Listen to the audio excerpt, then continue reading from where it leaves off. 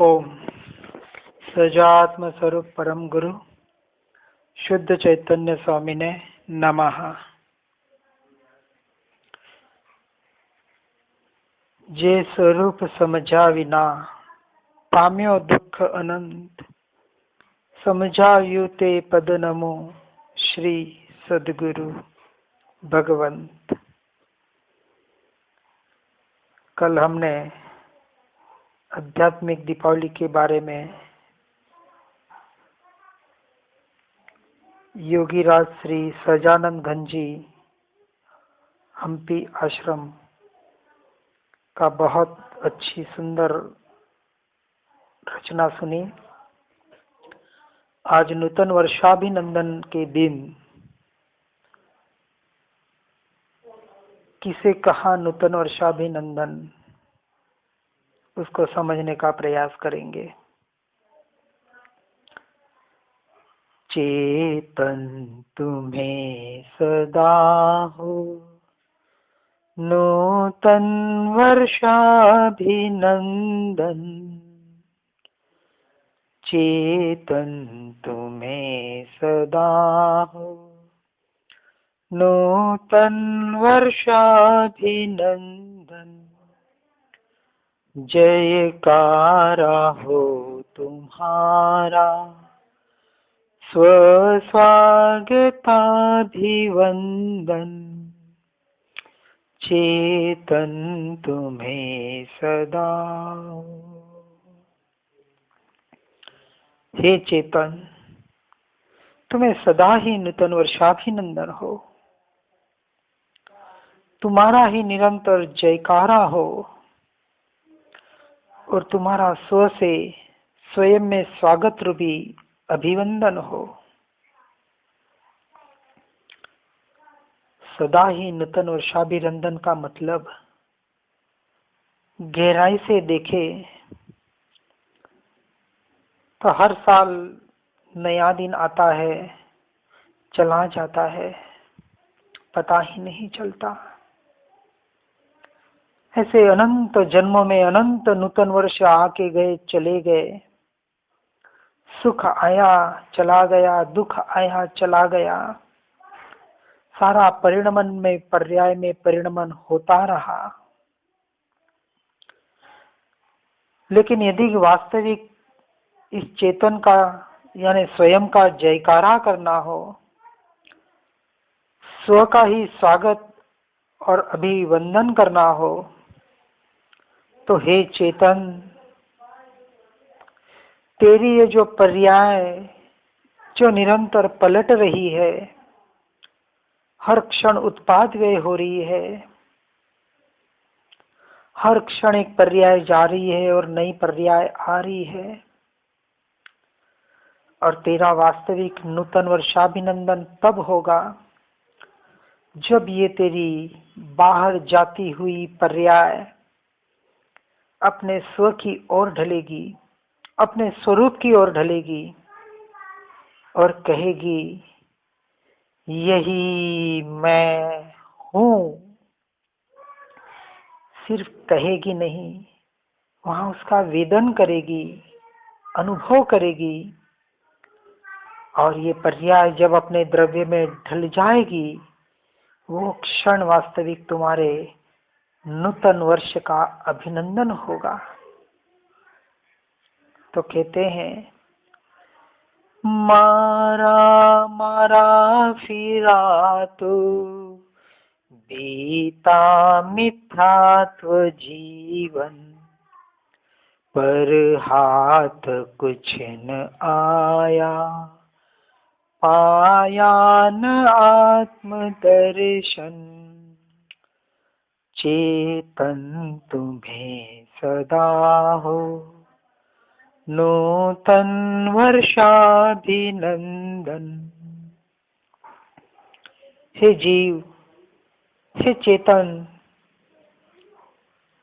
अनादिकाल से मिथ्यात्व की वजह से, अज्ञानता की वजह से तू मारा मारा फिर रहा है।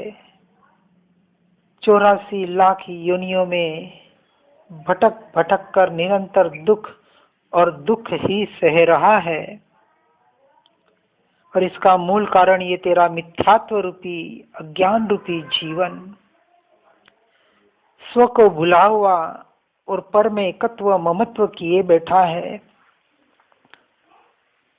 इसलिए आत्मदर्शन नहीं पाने की वजह से वास्तविक तेरे हाथ में आज दिन तक कुछ भी नहीं आया। हाथ में आया ऐसी मान्यता ही तेरी भ्रांति है। और ये मिथ्या भ्रांति कि मैंने कुछ पाया, मैंने कुछ डिग्री पा ली, मैंने कुछ पैसा पा लिया, मैंने घर गृहस्थी पा ली, कुछ बाहर से पाने का भाव जो महापाप है, और अनादिकाल से बाहर से पाया वो सारा छूट गया। प्रत्यक्ष अनुभव में होते हुए भी जीव जाग नहीं रहा है, चेत नहीं रहा है, कुछ भी हाथ नहीं आया। सब कुछ हाथ से जैसे ही मृत्यु होती है, यहाँ का पाया हुआ यहीं के यहीं धरा रह जाता है। अब हे जीव जाग, आत्मदर्शन पाने का समय आ गया है। पुण्योदय तुझे जब मिला वितराग स्पर्शन, तब परम गुरु प्रतापे स्वमझा स्वर पर धन, चेतन तुम्हें सदा हो नूतन वर्षाभिनंदन। हे जीव, महापुण्य के उदय से तुझे वितराग स्पर्शन मिला है। सच्चे देव, सच्चे गुरु और सच्चे शास्त्र मिले हैं, पढ़ने को सुनने को मिल रहा है। और इस परम गुरु के प्रताप से जब स्व का धन और पर का धन, इसका भेद समझ में आया, यथार्थ रूप से समझा, यहाँ समझने पर जोर दिया जा रहा है, मात्र पढ़ने सुनने या जानने पर नहीं। समझने का मतलब है सम्यक निर्णय, सम्यक दर्शन, यथार्थ श्रद्धान, टंकोत्कीर्ण निर्णय। श्रीमद जी ने कहा है, समझे बिन उपकार क्या, समझे जीन स्वरूप। तो यहाँ कहते हैं, तो कह रहे हैं स्व का धन और पर का धन, मैं आत्मा, मेरे अनंत गुण और अनंत गुणों की अनंतानंत पर्याय जो मेरा स्वधन है, मेरे आत्मा के प्रदेश जो मेरा स्वधन है, इसके अलावा जो कुछ भी है सारा परधन है, परदेश है, और मेरे आत्मा के प्रदेश मेरा स्वदेश है। स्व अर्थ धन तुम्हारा, चैतन्य भाव पावन, जड़ भाव धन पराया, तज कर किया विशुद्ध मन, हे चेतन तुम्हें सदा हो नूतन वर्षाभिनंदन। तो यहाँ कह रहे हैं, स्व अर्थी, सच्चा स्वार्थी, जिसमें मात्र स्वयं की आत्मा का स्वभाव का ही प्रयोजन हो, वही धन तुम्हारा है।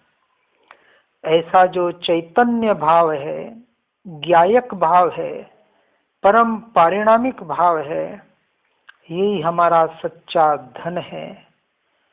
और इसके अलावा जो कुछ भी भाव है, परद्रव्य तो पर है ही है, लेकिन परद्रव्य और संयोगों के निमित्त से उत्पन्न होने वाले मोह राग द्वेष के भाव, ये भी जड़ अपेक्षा से जड़ ही है, क्योंकि परभाव है। ऐसा जड़ भाव धन यह भी पराया है, पर है, मेरा नहीं है, मेरे में नहीं है। और ये जब समझ में आया तो उसको तज दिया, छोड़ दिया, उसे अपना मानना छोड़ दिया। क्योंकि शरीर से तो छूटा नहीं जाएगा, मन वचन काया से तो छूटा नहीं जाएगा, उससे अपना मानना ही छोड़ना पड़ेगा। और उसको अपना मानना छोड़कर अपने मन को विशुद्ध कर दिया। जो मन पर लक्ष्य से अशुद्ध हो रहा था, उसको स्वलक्ष्य से भावमन के द्वारा शुद्ध कर लिया। पर गेय भिन्न केवल चिद ज्योति पिंड सोहम, सोहम की लौ लगा कर प्रविनष्ट क्षोभ मोहम, चेतन तुम्हें सदा हो नूतन वर्षाभिनंदन। ये जो गेय जो जानने में आ रहे हैं, भले मैं उसका ज्ञाता दृष्टा हूं, फिर भी वो पर है, पराये हैं, मेरे नहीं है, मेरे में नहीं है, मुझसे केवल भिन्न है, संपूर्णतः भिन्न है। क्योंकि जब तक ज्ञेय का विषय ज्ञान नहीं बनेगा, तब तक हम अपने स्वयं में नहीं आ सकते हैं। इसलिए कहते हैं चिद ज्योति पिंड सोहम, मेरी जो चिद ज्योति, चैतन्य ज्योति, चैतन्य प्रकाश, ऐसा परिपूर्ण चैतन्य पिंड, घनपिंड भगवान आत्मा, वही मैं हूँ, वही मैं हूँ। सो हम, ये जो जानने में आ रहा है, सो वही मैं हूँ, हम, ऐसे सोहम की लौ लगाकर निरंतर उसका ही रटन चिंतन मनन करते हुए ऐसे बाहर के मोह को प्रकृष्ट विनष्ट कर दिया, प्रविनष्ट, उत्कृष्ट रूप से नष्ट कर दिया, वहां से उपयोग को हटाकर अपने स्वयं में स्थिर कर दिया। उपयोग को जब उपयोग में स्थिर करेंगे, ज्ञान को जब ज्ञान में स्थिर करेंगे, जब हम एक विकल्प के द्वारा कि जो कुछ भी जानने में आ रहा है, ये मेरा ज्ञान स्वभाव ही जानने में आ रहा है, तो वहां मोह कैसे टिक सकता है? अरे मोह तो जब निकल जाएगा तो राग द्वेष निकलना कोई बड़ी बात नहीं है। ये मिथ्यात्व अज्ञानता जिसे हम मोह कहते हैं, ये मोह सबसे खतरनाक है। राग द्वेष खतरनाक इतने नहीं है, क्योंकि चौथे गुण स्थानक में पहले मोहनीय कर्म का दर्शन मोह जाता है, फिर चारित्र मोह जाता है जिसे हम राग द्वेष कहते हैं। तो ऐसे मोह को प्रविनष्ट अपने सोहम की लौ लगाकर हमें करना है। और अंत में कहते हैं दबी चेतना प्रगटी जब निज क्षेत्र वर्ष नूतन, सहजात्म स्वरूप निष्ठित स्वतंत्र सहजानंद घन, चेतन तुम्हें सदा हो नूतन वर्षाभिनंदन।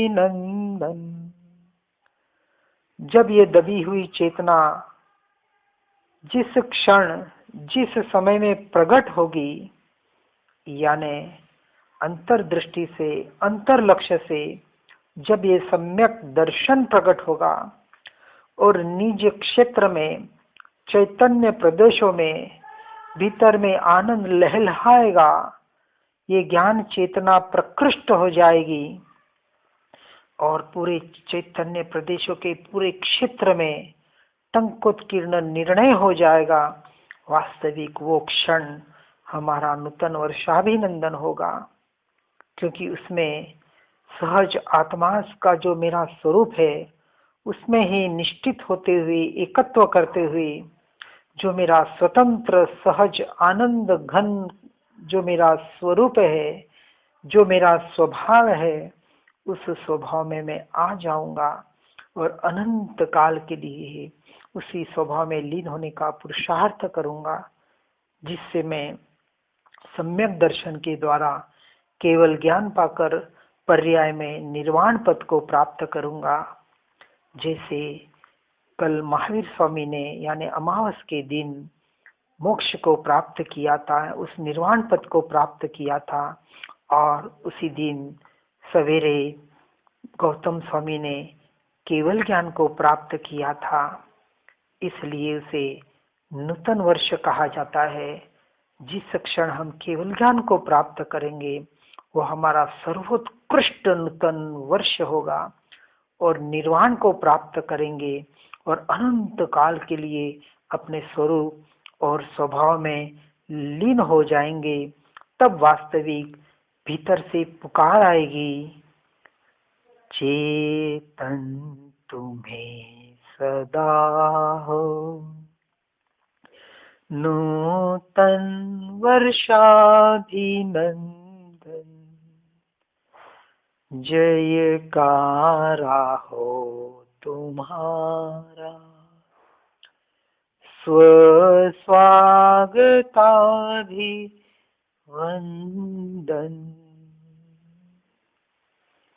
स्वयं से स्वयं का स्वागत, स्वयं से स्वयं का अभिवादन, स्वयं से स्वयं का जयकारा।